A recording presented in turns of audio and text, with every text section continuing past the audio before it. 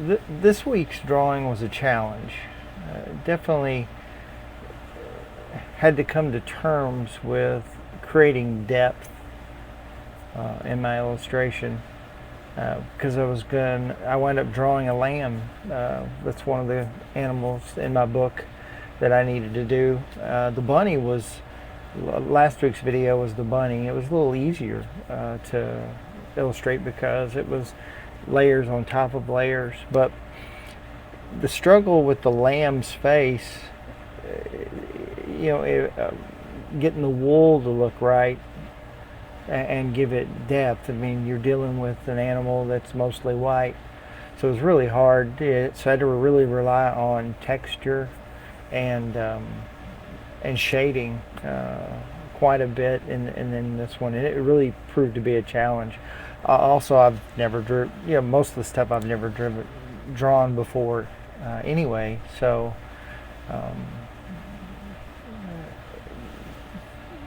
looking at different references and figuring out where the simple shapes are, it was a lot of learning this week, a lot of leveling up that I had to do, a lot of extra practice.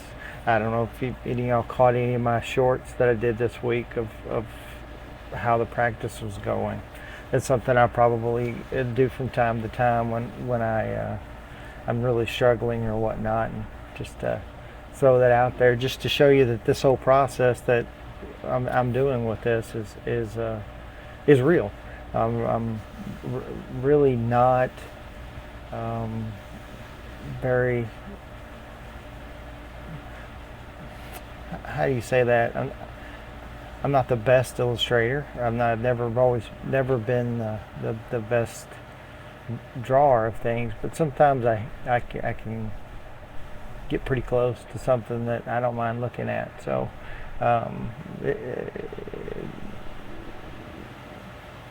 writing a story, you get to hide behind the words, but I feel like when you do the drawings, you're putting yourself out there even more.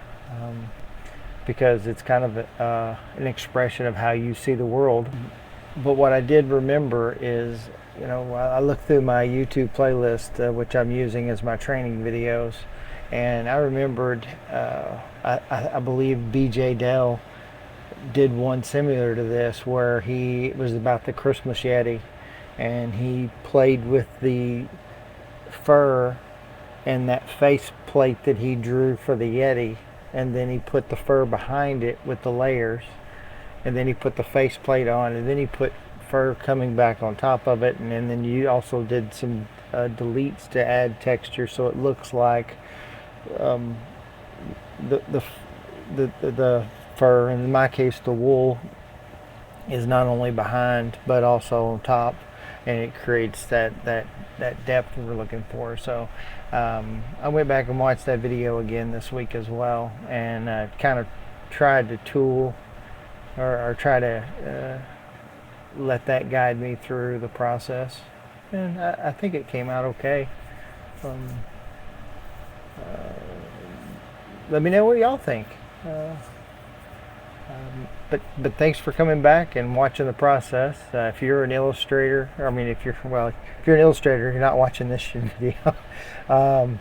If you're an author that's really trying to complete the picture for your picture books,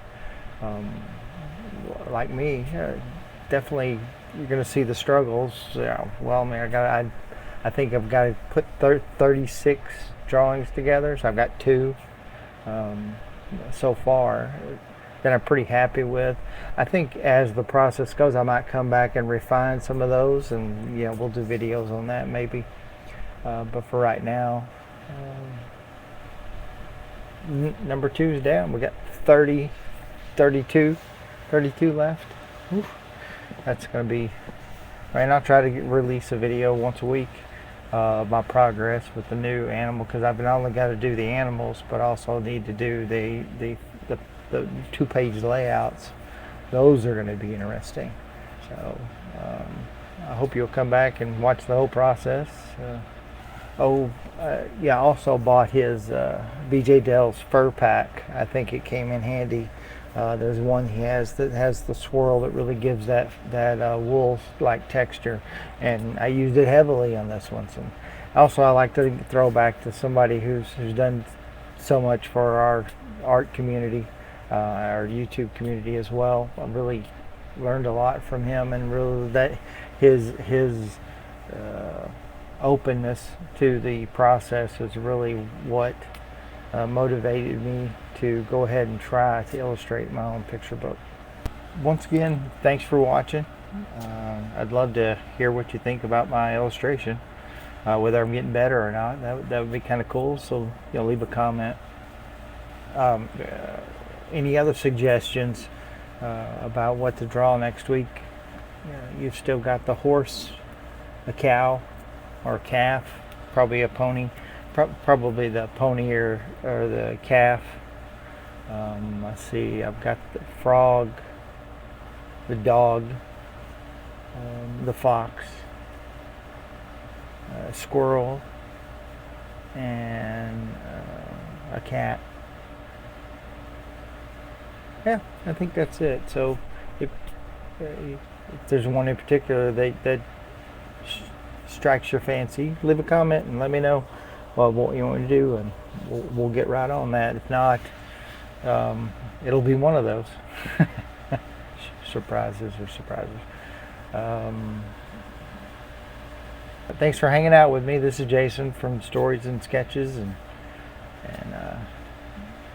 yeah, I'll come back now. You hear? And hope to see you next week. Take care.